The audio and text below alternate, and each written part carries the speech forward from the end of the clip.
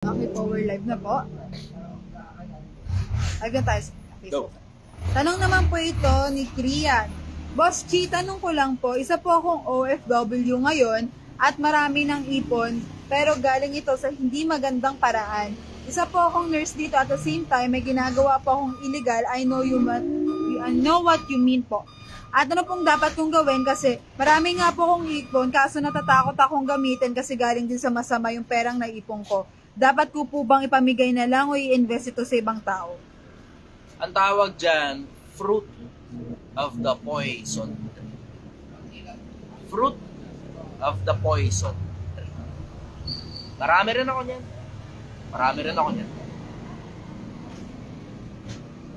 Sa akin, simple. Kung magbabagong buhay ka, mapapakinabangan mo yung pera na yon para sa pagbabagong buhay mo. Hindi ko sinasuggest dun sa mga nagsisimula pa lang na ganyan ang gawin nyo. Bakit? Kasi yung moral compass mo, yung konsensya mo, masisira. Pag nasira ang konsensya, ang hirap ng bumalik. Kasi masyadong maraming pera sa illegal at sa masasamang gawain. Pero pag nandiyan ka na at gusto mo na magbagong buhay, mapapakinabangan mo yung pera na yan. And this is straight coming from experience. Ngayon, nakakatulong ako sa mga tao. Gamit ngayon, yung taba ng utak ko sa lahat ng bagay na natutunan ko, legal o illegal, mabuti o masama man. Ganon kasimple yung konsepto. Kung magbabagong buhay ka, just go straight. Just go straight. Kasi, wala pa ring tatalo sa malinis na konsensya. Na paghiga mo sa gabi, you know that you have served the purpose of your being. Gumagawa ka ng matino, gumagawa ka ng tama, at minsang panahon, nakagawa ka ng maraming mali na nagkamal ka ng malaking kayamanan. Tapos yung kayamanan na yon, ginagamit mo na sa katinoan para sa sarili mo, para gumawa ng sistema na maayos na ang kinakalabasan. Tapos, pag maayos na ngayon ang sistema mo, yung pera na yon, napakinabangan mo na ng gusto para gumawa ng maayos at matino at malinis, tuloy-tuloy mo pa. Tapos gawa ka ng matinong pera, malinis na. Tapos, tumulong ka naman sa iba. Kasi maraming makikinabang sa personal na experience mo. Maraming makikinabang sa personal na experience mo para yung mga nandyan sa ganyang industriya, lumabas na kayo. At para yung mga papasok pa, wag nyo nang subukan. Masisira ang buhay mo.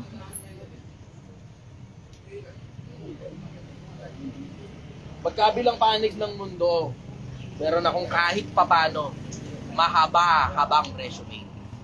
Sa legal o sa illegal. Parehas yan. Yun nga ang dahilan kung bakit nakakapagtanong sa akin ng mga tao, pati sa mga illegal. Kasi nga, kabisado ko nga yung magkabilang panig ng mundo. Na oo, marami akong hindi alam. Pero lahat ng alam ko, gumana. Yung mga itinuturo ko sa mga tao, gumagana yan. Yung mga ibang kapalpakan ko, bakit ko pa ituturo sa tao eh? Palpak nga eh. Ganun lang naman ang buhay eh. Diba? Ganun lang naman ang buhay. May mga tama kang ginawa na natuto ka doon. May mga mali kang ginawa na natuto ka rin doon. Kaya yung mga alam ko, collection ng mga bagay na gumana at hindi gumana. Parehas, natuto ako sa magkabila. Kaya nga, yung mga alam ko, gumagana. Bakit gumagana? Kasi, yung mga bagay na natutunan ko sa mga sistemang hindi gumagana, ngayon, alam ko nang iwasan yun.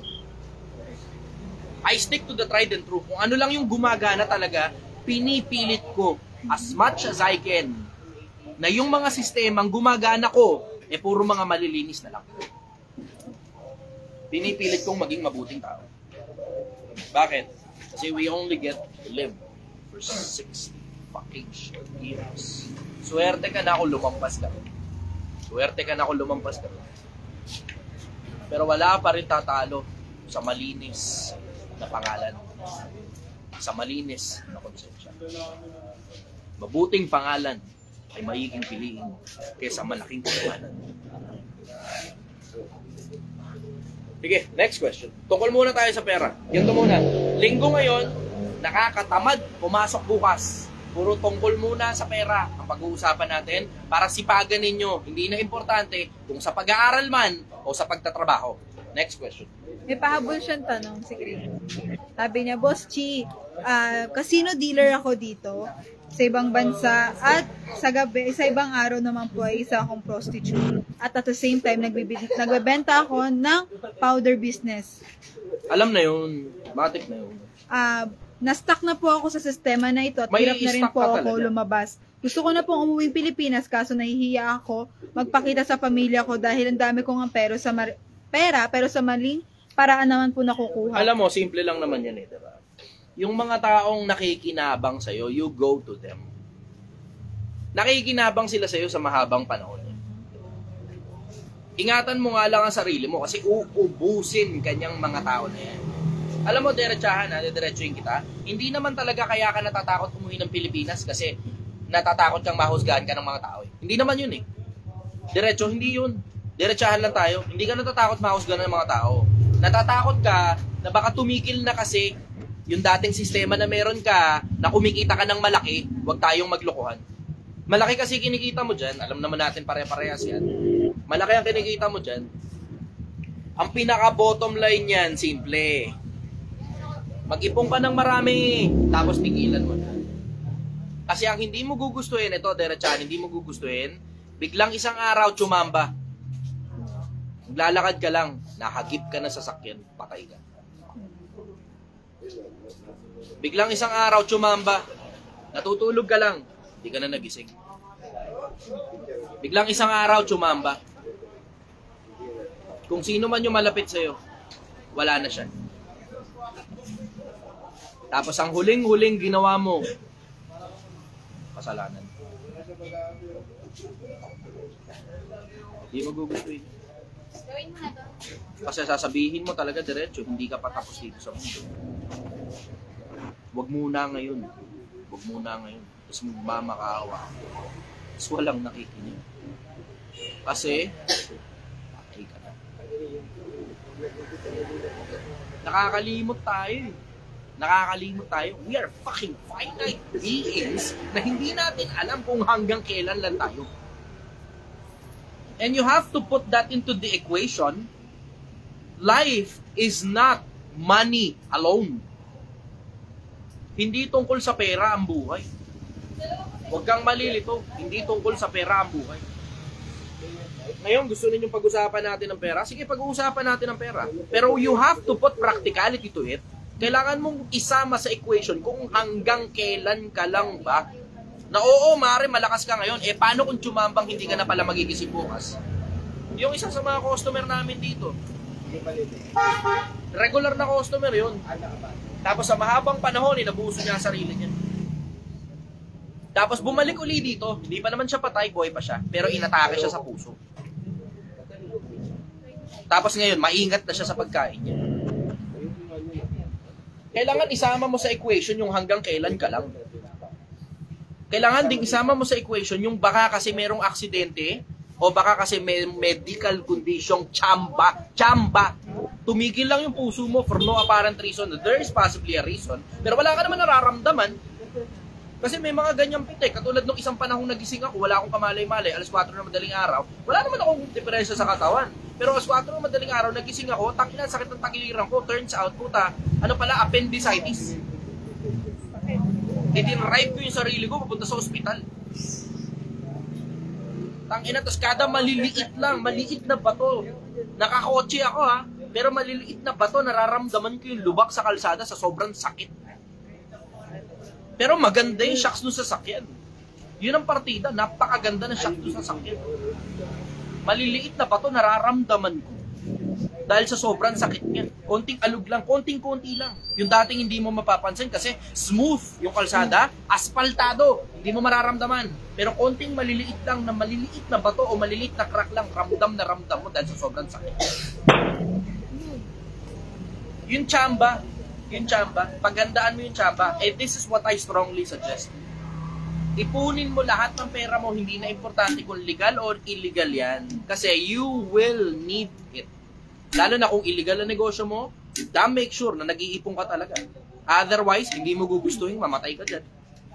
Galing ako dyan. Ulitin ko, galing ako dyan. Next question. Ayan, tanong naman po ito Ilan lang ang viewers sa TikTok? 623. Sige. Pag-usapan natin ngayon pera. Sige. Ngayong gabi, ilaan muna natin sa pag-uusap tungkol sa pera. Bakit? Lunes, bukas, nakakatamad pumasok. Okay. Let's talk about money. Go. Tanong naman po ito galing kay Jaimus Rimulta. Boss, may ask lang po ako, ano ang magandang business in near future sa yung hindi pa sikat pero sisikat din? Alam mo, gusto mo ng diretso, lahat ng negosyo maganda. Pag alam mo ginagawa mo. Lahat din ng negosyo pangit pag hindi mo alam ang ginagawa mo. Unahin mo muna yung sarili mo na malaman mo muna kung pang negosyo ka ba o pang empleyado ka. Unahin mo muna sarili mo. Kasi magtatanong ka sa akin ng tungkol sa negosyong papatok, tapos wala ka pa naman palang experience sa kahit anong negosyo, posibleng bumagsak pag first time mo lang magne-negosyo. Diretsahan lang tayo. Diretsahan lang. Kahit apartment pa yan, posibleng bumagsak pag first time mo lang na magne-negosyo. Kahit anong negosyo, posibleng bumagsak pag first time mo lang na magne-negosyo.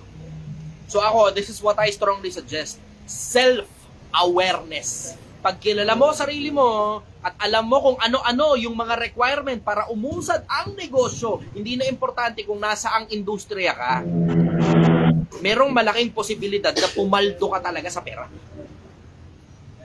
Unahin mo munang kilanin mo muna ang sarili mo kasi hindi mo alam kung gaano katinding putang inang mental fortitude ang kailangan mo para lang maging magaling na negosyante na kumikita at hindi nalulugi. Kasi kung hindi ninyo alam, Pilipinas, napakalaki ng pinagkaiba ng taong nagne-negosyantihan lang pero palugi versus yung nagne-negosyo na talagang totoong kumikita.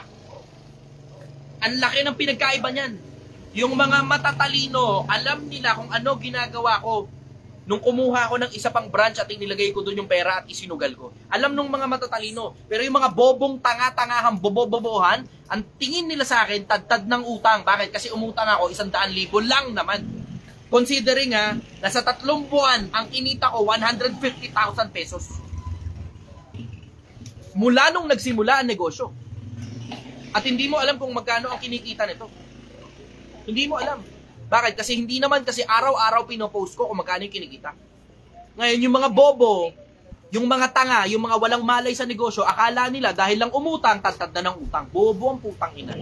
Bobo. Tanga ka. Bobo ka. Dahil lang umutang. Ako naman, hindi mo kasi naiintindihan. Yung deal na galing doon sa kabila na 7,000 lang pero overlooking, that deal is just too good to pass on. Too good to pass yun. Pero hindi mo alam yun. Wala ka kasing risk versus reward ratio. Wala ka nun. Wala kang malay sa ginagawa mo pagdating sa pera kasi komento ka lang ng komento galing sa tumbong mo nang hindi ka nag-iisip. Mas maluwang pa yung bunganga mo kaysa sa utak mo. Bobo. Good evening. Tungkol sa usapang negosyo, anong negosyo ang papatok? Huwag muna yun ang unahin mo. Ang unahin mo muna, alamin mo muna kung pang negosyo ka o pang empleyado ka. Yun muna unahin mo. Next question. Sabi ni Liam Dili, basta nakakatakot po ba maging matalino? Oo. Diretso nakakatakot maging matalino. Nakakatakot. Kasi alam mo, repercussion ng lahat ng bagay and you tend to overthink. At mas kinatatakutan ng mga tao, yung mga taong matatalino kaysa sa mga taong malalaki ang katawan. Diretsahan lang. Next question. Tanong naman po ito dahil kay Elmer A. Division. Dahil kay? Kasi may dahil sa tanong. Galing kay? Galing Sige, go. Ayan. Elmer A. Division. Dahil sa tanong na to, na-inspired ako maging malalim and pag-iisip sa buhay-buhay at magkaroon din ng Project 1M, sumasabay na ako, Boss G. Good. Palipasin mo pa, kasi 6 na buwan pa lang ito. Nagsimula sa Piso Project nung nasa Tondo ako, nagbabalot ako ng tareta ng basura sa junk shop. So nagtrabaho ako sa basurahan. 6 na buwan pa lang ang nakakalipas mula noon. Wala pa nga 5 buwan pa lang mahigit. Bilang ka pa, 1, 2, 3 taon, hindi mo alam kung gaano karaming milyonaryo ang mga sumabay dito. At hindi mo rin alam kung gaano karaming mga butatang tao, na mga ordinaryong taong bayan, yung sumasabay dito. Paglipas ng 5 taon, sobrang dami ng milyonaryong magagawa ng Project 1. Promise ko yan sa inyo. Wag lang ako mapapatay. O mamamatay because of health reasons. Kasi abusado rin ako sa katawang. Sige, go. Tanong naman po ito ni John Sandan. Bro, ano masasabi mo sa mga taong nagsasabi na mag-asawa ka na daw? Diretso. Bakit? Bakit? Para may mag-aalaga sa'yo. Hindi ko ba kayang magbayad ng mag-aalaga sa akin? Si Gail lang, ito nagmamaneho ng mga may kinalaman sa akin At schedule ko, yung mga bibit-bitin, siya nagsiset up, at everything else in between. Nagbabayad ako para sa isang private secretary. Hindi ko kailangan na mag-aalaga sa akin. Hindi ako alagain. Ako ang nag-aalaga sa mga nakapaligid sa akin. Hindi ako alagain. Para mag-aasawa ko. I have my timeline. Meron ako sarili kong timeline kung kailan. At yun ang masusunod kung kailan ko gusto. Yun ang sagot ko. Ayan. Tanong naman po ito ni Von. Paano makakatakas sa employment papuntang business owner? Hindi mo gugustuhin na tumakas sa employment, papunta sa pagbe-business pag hindi mo kilala sarili mo. Ngayon, ito suggestion ko. Para makatakas ka, kilalanin mo muna ang sarili mo. Unahin mo munang alamin kung pang-business ka ba o pang-empleyado ka. Ngayon, hindi mo alam kung ano-ano yung mga requirement para maging negosyante. Subukan mo muna. Barya-barya lang muna sa umaga. Huwag ka muna magre-resign. Yang panahon ng pagtakas, nasa tamang panahon yan. Hindi yan minamadali, hindi yan binibigla.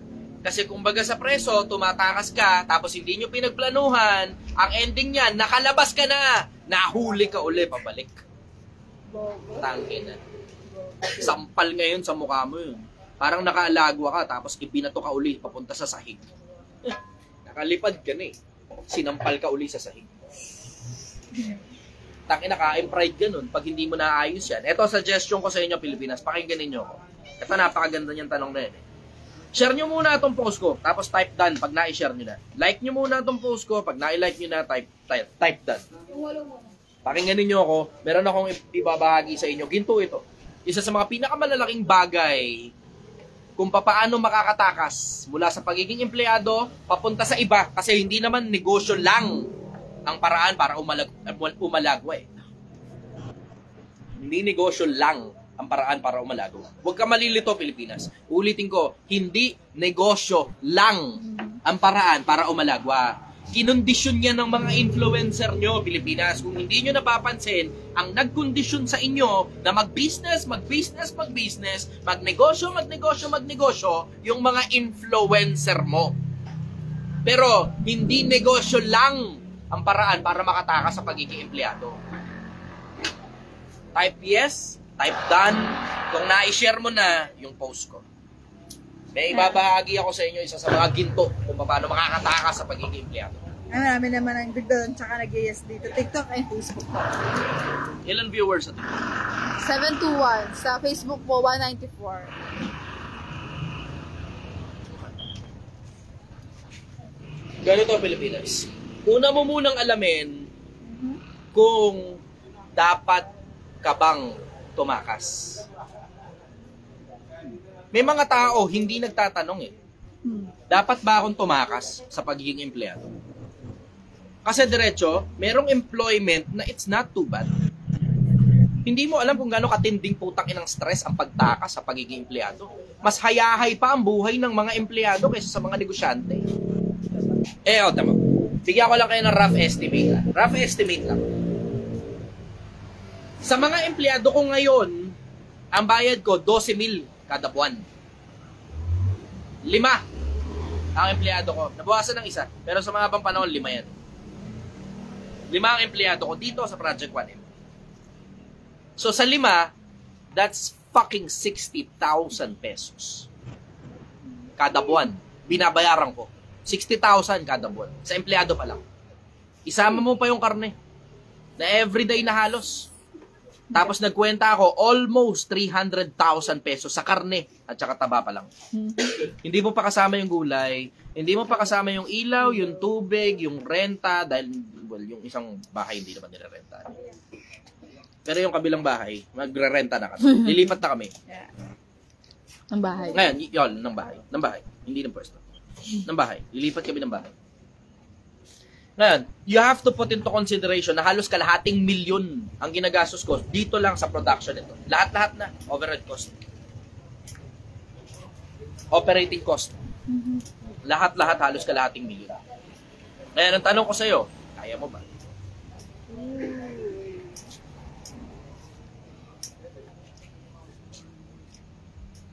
Galing sa 50,000. See? Pero pag empleyado ka, you fucking only receive 12,000 pesos. Pero clock in, clock out. Pagtapos ng araw mo, wala ka ng problema. Hindi katulad namin na mga negosyante, na pagtapos ng araw, kalahati pa lang kami ng araw. Tapos na yung araw ng mga empleyado mo. Pero ikaw na may-ari ng negosyo, kalahati ka pa lang ng araw mo, you have to do the paperwork after. Yun ngayon ang pinakamadugo, paperwork. Isang numero mamali mo, takina, hindi mo ngayon alam kung saan ka mali. Yun ang pinakamadugo. Tapos there's also taxation, there's also legal lawsuits, and everything else in between. Hindi mo alam yan. Hindi mo alam yan. And there's also the problem with your competition na gustong sirain ang negosyo mo. Sama mo na rin yun. Sama mo na rin yung tangina. Swerte ka pa kung may kompetensya kang gusto kang sirain. Ang malas mo, pag wala kang kompetensyang gusto kang sirain, pero hindi nagre-respond sa'yo merkado, sinampal ka pala ng merkado, walang gustong bumili ng produkto mo. Hindi mo alam yan. Hindi mo alam yung struggle ng negosyante. Hindi mo alam yun. And ang tanong ko sa'yo, kaya mo ba? Na pag minsan panahon lumipad yung negosyo mo, nakabili ka ng bahay, nakabili ka ng kotse, tapos hindi na bigla nagre-respond sa'yo merkado. Tapos pabagsak ka na, tapos naubos yung pera, tapos binenta yung bahay, binenta yung kotse, lumagapak ka. Balik ulit sa wala. Kaya mo ba? Kailangan mo munang alamin kung kailangan mo ba talagang tumakas. Kasi kung hindi, employment is not too bad. Baka nasa maling lugar ka lang. Hindi ka na-appreciate ng boss mo. Maliit masyado yung sweldo para sa laki ng trabaho. Toxic yung environment. Baka nasa maling lugar ka. Even worse, wala kang expertise. Kaya binabayaran ka ng barya. Depende rin sa kung ano lang yung kaya mo lang gawin. Tama. Yung mga iba, it's not too bad na maging empleyado. Nakakita ka ba ng pilotong mahirap? Lahat na yan. Abogadong mahirap. Engineer mahirap. Architect mahirap. Nag-i-empleyado yung mga yan eh. Diba? Operations manager mahirap. Vice President mahirap. CEO, empleyado rin yan, mahirap. Tatanong mo, CEO, empleyado? Oo, merong malalaking mga kumpanya na sobrang dami na hindi mo lang alam. Kasi ang akala mo, yung mismo may-ari siya na rin ang CEO. Wala kang malay. Sa mga small businesses, pero sa mga big businesses, sa mga corporation, ang CEO, empleyado. And they change it every now and then. Para si Sundar Pichai, bago lang yun. Na-ink siya. CEO ng Google. Ah, okay. At marami pang iba pang kumpanya. Parang si Claire Hart na pinalitan. Papalit lang. Parang 4 or 5 years ago. Pinakamalaking background checking company sa buong mundo. Sterling Talent Solutions. Siyempre, you wouldn't know. S&P 500. Wala kasi masyadong nagtatanong ng mga ganyan. Bakit? Kasi ang market ko kasi nasa ilalim ng lipunan. Yun ang gusto kong merkado. Ang gusto kong merkado, yung challenge, yun ang pinakaputang inang gusto ko talaga. Ayokong kausap ang mga mayayaman. Ang gusto kong kausap mga ordinaryong taong bayan. Yung mga walang-wala. Yung mga hirap na hirap sa buhay, yan ang mga gusto kong kausap. Mag-usap tayo ngayon. Tutulungan ko kayong umuusad yung mga buhay ninyo. Pero you have to do the job. Ang tanong mo, paano makakatakas? Unahin mo munang alamin kung dapat ka bang tumakas. Kasi hindi mo alam yung tindi ng stress ng putang inang pagtakas. Kung makakatakas ka, paano mo mapapanatili yun? Yun ang pinakamahirap na parte. Madaling tumakas, mag-resign ka lang eh. Technically, hindi ka na employed nun eh. Unemployed ka na. Takas ka na kagad. Mag-resign ka lang. Takas ka na kagad sa pagiging empleyado. Unemployed ka na eh. Wala ka ng trabaho. Magtinda ka lang ng kwek-kwek eh. Diba? Freelancing ka na nun eh. Madaling tumakas. Ang tanong, paano ka makakapanatili? Yun ang pinakamahirap. Yun ang sagot ko. Next question. May nagtanong dito, sir. Paano naman daw po yung mga feeling CEO, Krusty Krab lang naman ang binibenta sa Facebook account pa? Alam mo, ang dami nga nila yun eh. Hindi ko nga alam bakit may mga tao talaga takin eh. Alam mo yung lahat sila panggap. Panggap. Nakasulat pa yan sa profile nila. Sa Insta at saka sa Facebook. CEO. Lalagay nila yung maliit na negosyo nila ron na hindi mo nga makonsider na negosyo kasi wala nga man lang BIR na binabayaran. Uy. Lahat sila panggap. Lahat sila CEO. Lahat sila CEO. Nakakadiri na nga ngayon sa akin yung term na CEO eh. Nakakadiri na. Yung sumundiretso, nakakadiri na ngayon sa akin yung term na CEO. Kasi ang general majority ng mga makikita mo CEO, lahat yung panggap. Ang dami-dami nila. Sabi nga dito, lahat nga ngayon CEO na eh. Nakakadiri na yung term na CEO. Alam mo yung salitang CEO, yung term na CEO, yung moniker na CEO, tangina ginamit na yan ng mga social climber. Ginamit na yan ng mga social climber para pataasin yung social status nila. Tapos pag naungkat mo kung sino sila, putang ina butata pala. Nakakadiri. Ginamit ng social climbing tool. Yung 3 letters na yon, CEO. Social climbing tool na yan. Sa akin nga, gusto mo ng diretso, mas mabango na ngayon sa akin yung term na General Manager, GM. Mas mabango na sa akin yun. It sounds like a big company pag General Manager ka. Pero manager ka pa lang. Ang ganda pakinggan. Kasi parang CEO din naman yung General Manager eh. Halos ganun din yun eh. Konti lang diferensya nun. General Manager. Yun ang sagot ko ron. Paano, anong tanong? Yung tungkol sa CEO? Lahat daw nga yung panggap ng CEO. Tapos yung iba daw yun sa Facebook status pa CEO of Nakakadiri na. Alam mo, ginamit na nilang social climbing tool, yung pagiging CEO. Ginamit ng social climbing tool yan ng mga putang ina, pati mga networker, CEO na rin ng mga putang ina. Nakakadiri na. Nakakadiri. Lahat na lang sila, may maliit ka na tindahan, CEO ka na. Hindi ko nga maintindihan bakit ginawa CEO. Siya na mismo yun. Wala, self-proclaimed lang. Self-proclaimed. Hindi wala kang rehistro yung negosyo na CEO siya. Sige, next question. Ito, tanong naman po ito ni Cristo Marty. Boss G, ang business ko po ngayon ay pagpapautang. Maganda po ba ito upang mapalago yung pera namin? Kaso po ang dami po naming debt dahil lagi malalaki po kami kung magpautang. Risky business ang pagpapautang. Gusto mo ng diretso ito. Bibigyan kita ng isang malupit na tip tungkol sa pagpapautang. Napakagandang negosyo yan kung alam mo ginagawa mo. May experience kasi ako dyan eh. Yung mga hindi nagbayad, medyo hindi maganda ang experience sa akin. Sila dapat yung natatakot, hindi dapat kayo. Mali yun. Mali yung kayo yung natatakot. Sila yung may utang eh. Sabi nung iba, hindi, dapat yung nagpautang yung matakot kasi kung babayaran pa namin sila. Hindi, baliktad. Sa akin, gusto mo ng diretso, mangutang ka sa akin, hawak ko kaluluwa mo. Tali sa kaluluwa yun, in case hindi nyo alam. Tali sa kaluluwa yun. Pag may kinauutangan kang tao, nag-aantay sa'yo yung tao na yun na magbayad ka, tapos habang buhay na masama ngayon sa'yo ang loob kapag hindi ka nagbayad. Ganon sa akin, simpleng konsepto yun. Ngayon, eto, bibigyan ko kayo ng isang malupit na tip tungkol sa pagpapautang na gumagana. Effective to, sobra. Ilan ang viewers? 724 sa TikTok. Pag-uusapang pera talaga yan ang gusto niyo. Sige, let's go. 230. Let's go. Usapang pera tayo. Tungkol sa pagpapautang, ang pinaka-effective, ito para sa akin ha. Pinaka-effective ito para sa akin. Hindi ka dapat nagpapautang ng malaki. High risk, masyado yan. Pero low reward. Parehas lang na 20%. Look at it on this perspective. Parehas lang na 20%. Nagpautang ka halimbawa 50,000 lang kunyari. O 10,000, let's just lower it down. 10,000 lang kunyari pera mo. Although oo, merong mga malalaki talaga na talagang nagpapautang talaga ng milyon. Hindi 'yon. Kunyari. Kasi parehas lang ang logic nun eh. Yung malaki at saka yung maliit, parehas lang ang logic eh. 10,000 lang ipapautang mo. Pinautang mo yung buong 10,000. Pinautang mo yung buong 10,000. Tapos 10% interest. How much will you get? 11,000 total. Tama? 1,000 na tubo, 10%.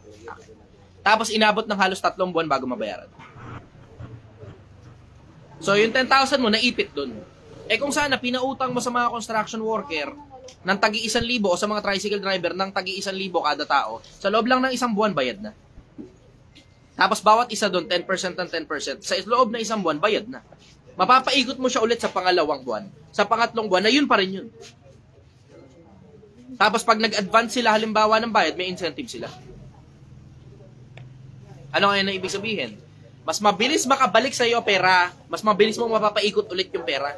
Pero ito sikreto, bibigyan ko ng isang malupit na putang inang tip talaga na talagang usad na usad talaga. Ito, liitan nyo lang. Pag mas maliit yung pinapautang nyo, mas mabilis makabalik ang pera, mas maraming tsansa na tumubo yung pera mo ng paulit-ulit.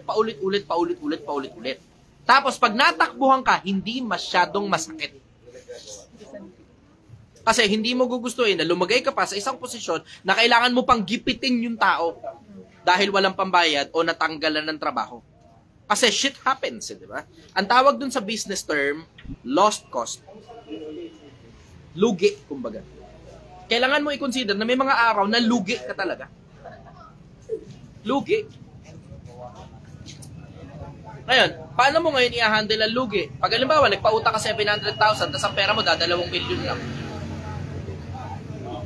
Tangina, lagkapak ka kagad dun. Gano'ng katagal ngayon bago mo mabawi yung 700,000 mula sa 1.3 million? Tangina, ang hirap nun. Ang tagal niyan, 700,000, puhunan pa yung nabingwit sa'yo. Tangina, lagkapak ka talaga dyan. Ang pinakamaganda, ito diretso. Ang pinakamaganda, pumunta ka sa mga kumpanya na may ATM. Yung payroll nila may ATM. Tropahin mo payroll. Yung mga maliliit lang na kumpanya, tropahin mo payroll. Tapos hindi ibibigay back pay, mali pang makabayad sa'yo. Kahit pag-awol pa sila, hindi ibibigay back pay, mali pang makabayad sa'yo. Kaya maganda, ito ang pinakamalupit na tip. Yung mga kumpanya na may payroll, dapat ikaw ang official partner nila pagdating sa pag-utang. Kita mo? Tama? See? Yan, malalaman mo lang yan. Coming from someone na may experience. Sa ganyang industriya din.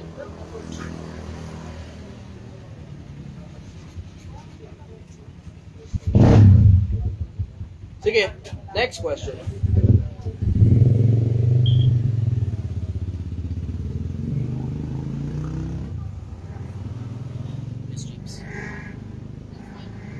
Usapang pera muna ta. Ilan ang viewers? Wait lang. Bigla lang liwanag kasi. Hindi lang bigla yung mata ko. Ayan. Sa TikTok, meron kang 792. Okay. Pag-usapang pera, yan ang gusto-gusto ninyo eh, no? Sige, pagbibigyan ko kayo, usapang pera pa. Lunes kasi bukas, nakakatamad pumasok. So sige, go. Tanong naman po ito ni Chris Martin. Boss, saan maganda gastusin ng pera yung mapapalago ko ito? Pag hindi mo alam kung saan magandang gastusin ng pera, wag.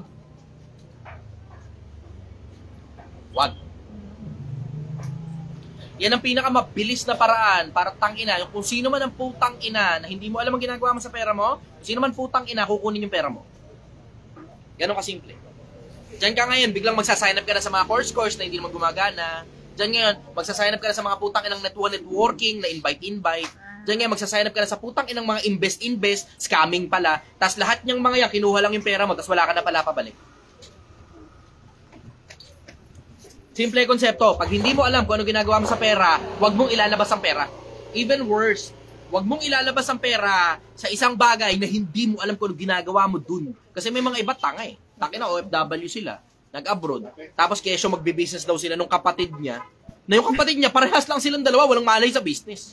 Bibigay mo ngayon yung pera mo dun. Taki na, kakalakalin niya yung pera. Maniwala ka. Kalay-kalay niya yung pera. Kung hindi isusugal yan, iinom yan, ipaparty yan. Akala mo mag-i-invest, akala mo may patutunguhan, hindi. Mag-aaway lang kayong dalawa. Kasi napunta yung pera sa wala. Pag hindi mo alam kung ano ginagawa mo sa pera, ito ang pinakamalupit na tip ko sa inyo. Pinakamalupit na tip ko sa inyo tungkol sa pera. Pag hindi mo alam ginagawa mo sa pera, i-share mo muna video ko. Ngayon na. Tapos type done. Pagkatapos, bibigay ko sa inyo pinakamalupit na tip sa pera. Hindi ka mamamali dito. Sigurado ako sa iyo, hindi ka mamamali dito. Sigurado ako sa iyo. Kasing sigurado na bukas sisikat ang araw. Ganun ako kasigurado. Dan, pag na-share na yung post ko, paki-heart nyo na rin para kumalat sa iba. Alam nyo naman wala akong kinikita rito sa social media. Alam nyo na yan, wala akong monetization. Ang meron lang dyan, stars. So huwag kayong mag-alala. Hindi ko kayo pinagkakakitaan. Huwag kayong mag-alala.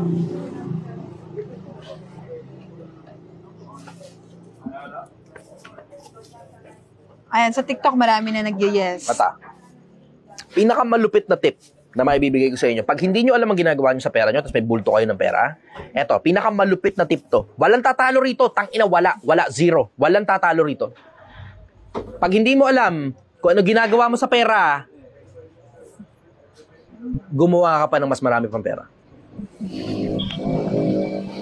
May tatalo ba dyan? Sige. Hindi mo alam kung ano ginagawa mo sa pera, gumawa ka pa ng mas marami pang pera. Kasi ano ibig sabihin? Pag nagkaroon ka na marami ng pera, ang ibig sabihin niyan, yung sistemang ginagawa mo, gumagana na. Gumagana na yun. Kaya employment man yan, o negosyo man yan, o freelancing yan, o investment yan, o may paupahan ka, o may videoke rental ka, o may tindahan ka sa kanto, hindi na importante. Kung ano yung ginagawa mo, gumagana na, wag mong pakialaman, puta. Wag mong pakialaman. Gaya ng kawikaang Ingles, do not fix something that is not broken. Do not fix something that is not broken. Yung ginagawa mo, na nakaipon ka ng pera, gumagana, wag mong pakialaman. Ang pinaka hindi mo gugustuhin, gumawa ka ng ibang sistema. Tapos yung gumagana, nasira. May trabaho ka, nag-business-businessan ka, pala-absent ka na ngayon dahil sa pagod mo, dahil sa puyat mo, pala-late ka. Tapos, nagtatawanan yung mga nasa harap. Sinasabi ko sa inyo. Tama? Tapos, ano ngayon na nangyari? Tinanggal ka sa trabaho. Putang ina. Imbis na gumagana na, pinakialaman mo pa. Ngayon, hindi na gumagana. Nagkandaletse-letse pa.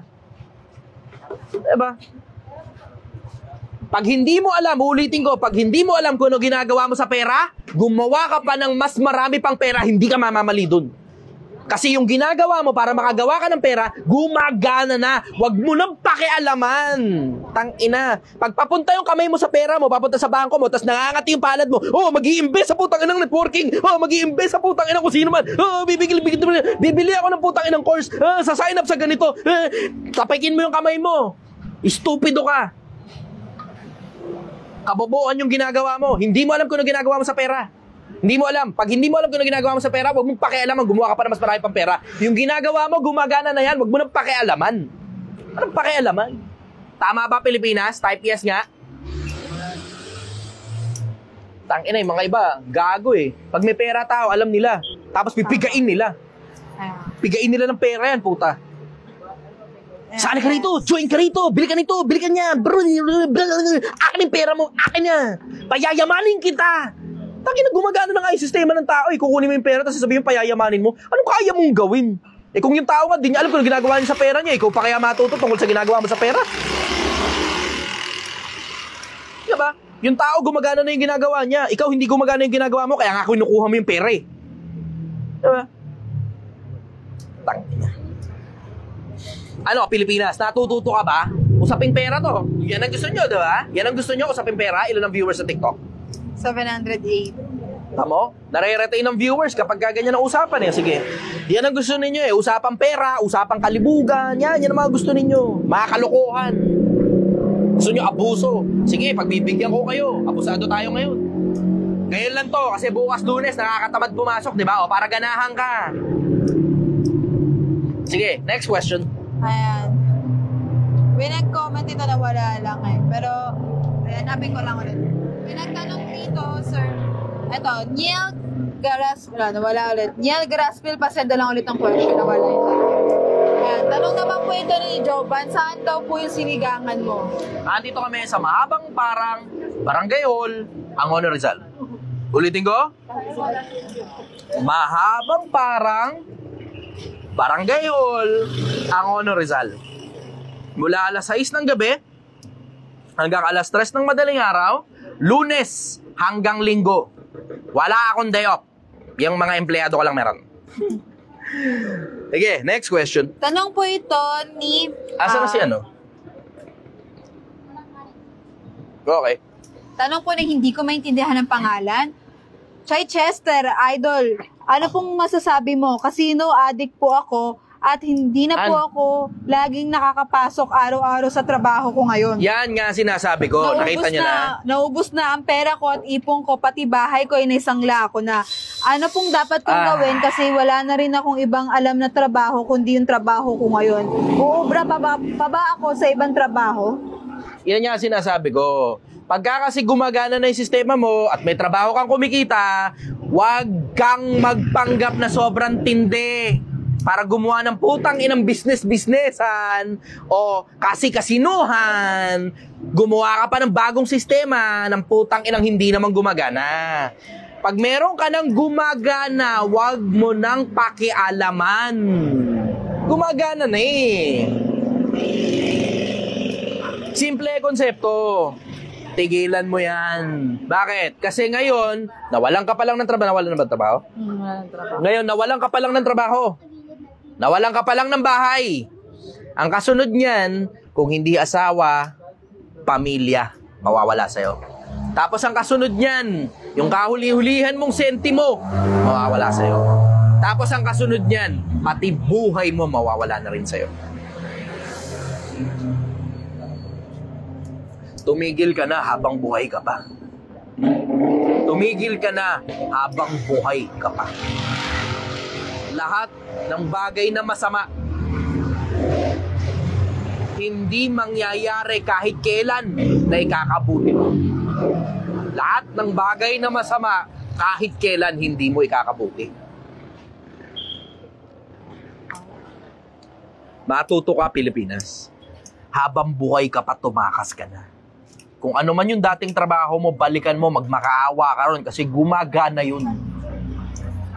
Yan ang hirap kasi kapag gumagawa kayo ng sistema, sa labas nung gumagana na yung sistema, tapos hindi nyo na kayang manihuhin. Nauubos ang oras mo, pati attention mo, doon na lang napupunta. Tapos nawawala na doon sa dati ng gumagana. Akala mo kasi kaya mong gawing hanap buhay yung pagsusugal. And you are just one of so many people na akala kayang gawing hanap buhay ang pagsusugal. And it just fucking do not work. It just do not work. Hindi gumagana yan. Hindi gumagana yan. Sir Chess, may habol siya. Galing ulit sa kanya. Sir Chess, pasensya na, pahabol ako. Boss, baon na rin po ako sa mga loan sharks, kaya pati buhay ko kakaba-kaba na ako. Pamilya ko po is malayo ay nasa Mindanao po sila ngayon. Kaya po ako mag-isa lang dito at nagpapatayo ng bahay kaso hindi natuloy. Yun po yung sinasabi kong bahay na nawala sa akin. Ano po pong dapat kong gawin? Nakakatakot na po. Ito diretso. This may be an abrupt decision. You may want to consider this. And this is not an advice. Hindi kita advisean kasi nasa delikadong lagay ka na eh. Ang sasabihin ko sa'yo ganito, opinion ko ito. At inilalagay ko yung sarili ko sa sitwasyon na meron ka ngayon na ipit, gipit ka na. Ito ang gagawin ko. Una, yung pinapagawa mong bahay, Hindi mo na maitutuloy yan. Tanggapin mo na yun. Ibenta mo na. Ako yun. Kung ako yung nasa ganong sitwasyon, ibebenta ko na yan. Tapos tatakas na ako papuntang Mindanao. Sabi mo, paano yung mga inuutangan? Hindi mo na mababayaran yun. Naipit ka na eh. Kung yung mismong trabaho mo wala na sa'yo, yung mismong bahay mo wala na sa'yo, baon na baon ka na sa utang, tas problema mo na pati pangkain mo, hindi mo na kayang bayaran yun. Oo, makakapang-agrabyado ka ng kapwa-tao. Pero mas okay lang manatili kang buhay kaysa mapatay ka nila. Kasi pati buhay mo, binabantaan na. Huwag mong kakalimutan, magkano lang ang bala ng 45? Magkano lang magbayad para sa buhay ng isang taong hindi kilala, natagtag ng utang? Halagang 5,000, may kakanaan yan, maniwala ka sa akin. Diretsahan, survival na to eh. Wala kang choice, naipit ka na sa sitwasyon. Ang magagawa mo na lang, simple. You abstain from using your cellphone. Kasi ang malamang, yung sugal na yan, very accessible sa'yo. Hindi yan casino. Malamang yan, galing sa cellphone yan. Kasi yun na ngayon ang bagong uso, Pilipinas, just so you know. Ang bagong uso ngayon, online casino, very accessible. Pati sa GCash meron, tangina. Delikado ang panahon natin yun. Delikado ang panahon natin yun. Kung ako'y nasa ganyan sitwasyon, ipit na ipit, gipit na gipit, pati pagkain ko ipit, tapos binabantaan na ako, buhay ko na ang kapalit, ibebenta ko na yung bahay. I will still communicate dun sa mga taong naatraso ko, kahit wala na ako rito sa Maynila. Baka sakaling makausad ako in the future after 2, 3, 5 years. Tapos utay-utay kong babayaran para lang malinis ang konsensya. Pero gusto mo ng diretso, hindi mo na kayang bayaran yan.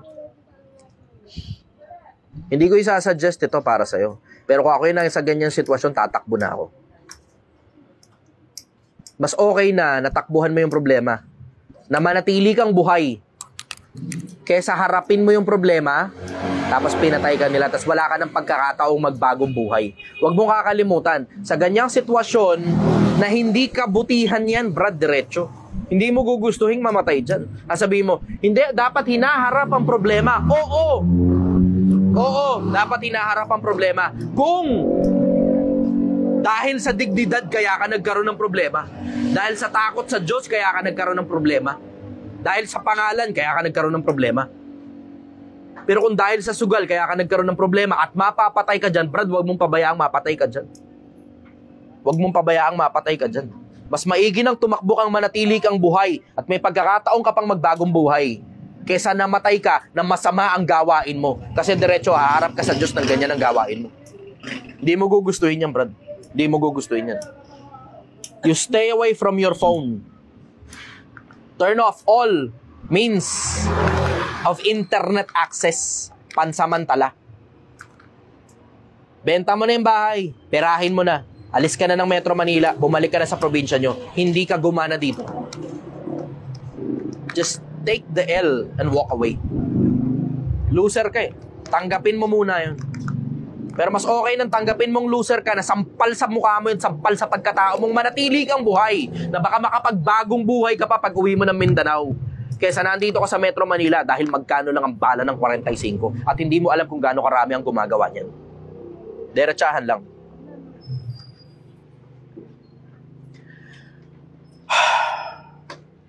Sige. Next question. Bigat ng isang piraso na yun, ha? Bigat ng isang piraso na yun. Tahimik na yung buong lugar, eh, oh. Walang humingiti rito. Yeah, nagtawa na sila. Niel Garaspil. Okay. May iba naman tayo. Salamat sa disiplina na natutunan ko sa'yo, brother. Negative 700,000 ako noon nagsimula ang Project 1M. Ngayon, negative 160K na lang. Yes! Nagbalik empleyado ako with side hustle. Next year, malaki na savings ko. Yes! Yun, malaki na savings ko. Wala. Nag-scroll. Yes. Ayan. savings ko kung loloobin ng Diyos. Salamat sa iyo at sa Diyos din.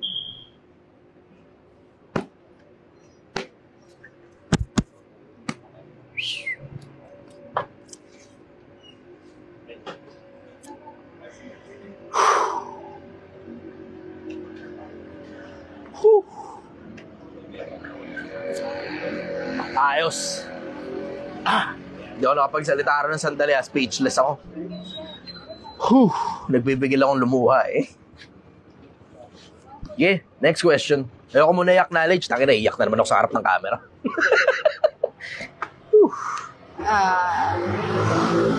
Basta gusto ko basahin to. Taya Kat, hello.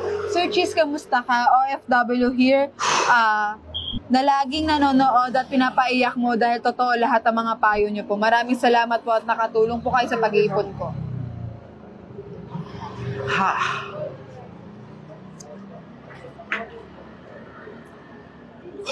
Alam mo, totoo yan lang yung nagpapanatili sa akin nananatili rito sa negosyo to eh. Kasi diretso, tangina, hindi ko talaga gusto to.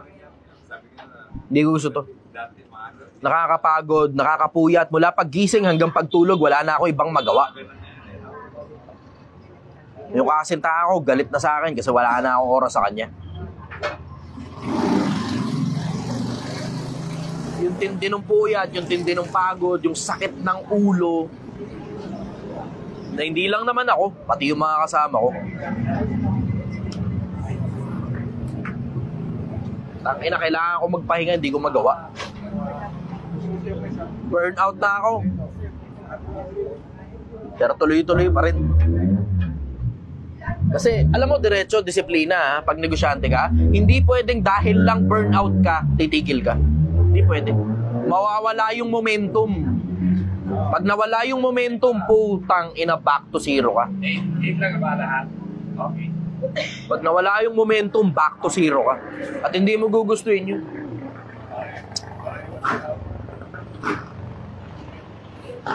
Pasuyo ako mamaya. Kuha ang tubig.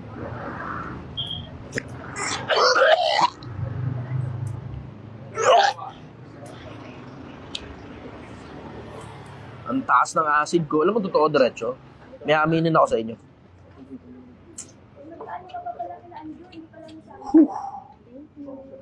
Kumukuha na lang ako ng lakas sa mga energy drink. Pagod na ako.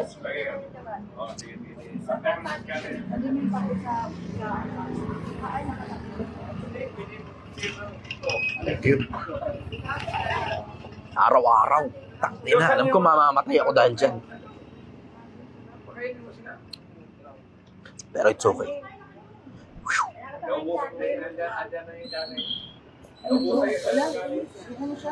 Nalang-alang sa'yo. Nalang-alang sa'yo. Doon, sa isang piraso na yun. Alang-alang sa'yo. I know I will probably die of cancer. O kidney failure. O liver shit. Alam ko mamamatay ako sa sakit kung hindi man ako mapatay ng maaga.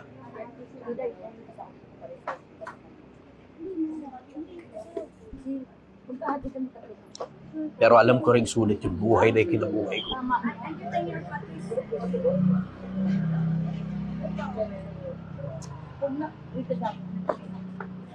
Sa dami ng taong natuto.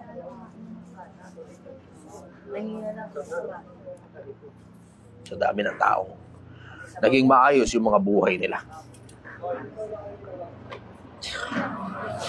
At sa dami ng taong nagbago.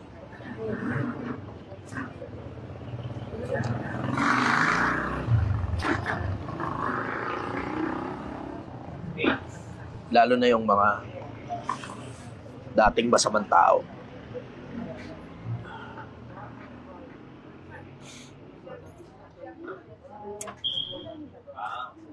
Kasi sabi yun sa Biblia. Sabi, nagkakatuwa sa langit sa isang makasalanan na nagbabalik loob. Eh pag ikaw ngayon yung dahilan kung bakit. Hindi ka kaya makikinabang doon. Pag ikaw yung dahilan kung bakit nagpakatino yung mga tao. Hindi ka kaya makinabang doon?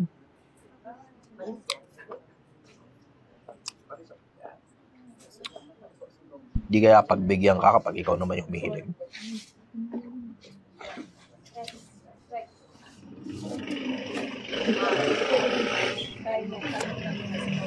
Hindi kaya pagpakinggan ka pag ikaw naman yung tumatawag?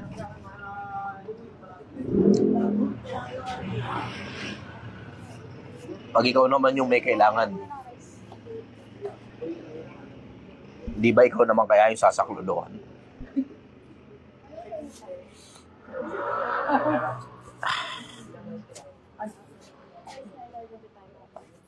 Kaya nga sabi ko sa inyo, wala naman ako hinihingi sa inyo. Ang hinihingi ko lang panalangin. Yun lang. Maalala mo lang ako sa pagluhod mo sa gabi. Yun lang hinihingi ko. Wala na iba. Wala akong ibang hinihingi sa inyo. Hindi ko hinihingi yung pera nyo. Hindi ko hinihingi, sige, pumunta kayo rito, bumili kayo ng sinigang. Hindi ko kailangan yung pera nyo. Meron akong sapat para sa sarili ko.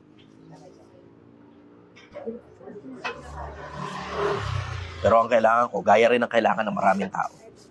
Sa panahong maayos pa ako, sa panahong buo pa ako, sa panahong buhay pa ako, sana maalala niyo ako sa mga panalangin niyo. Yun lang ang hingi ko sa inyo, wala na iba. Yun lang. Yun yung lagi kong hihingin sa inyo araw-araw. Na sana mapagbigyan niyo ako. Kasi konting oras lang eh. Doesn't take too much of your time.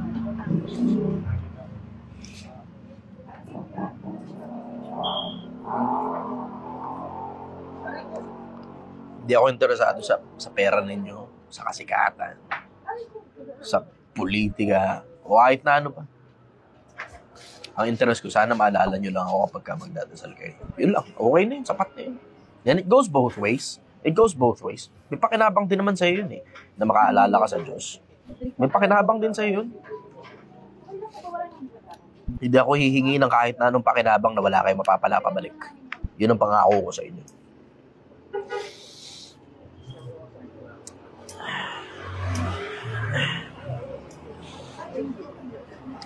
Pilipinas.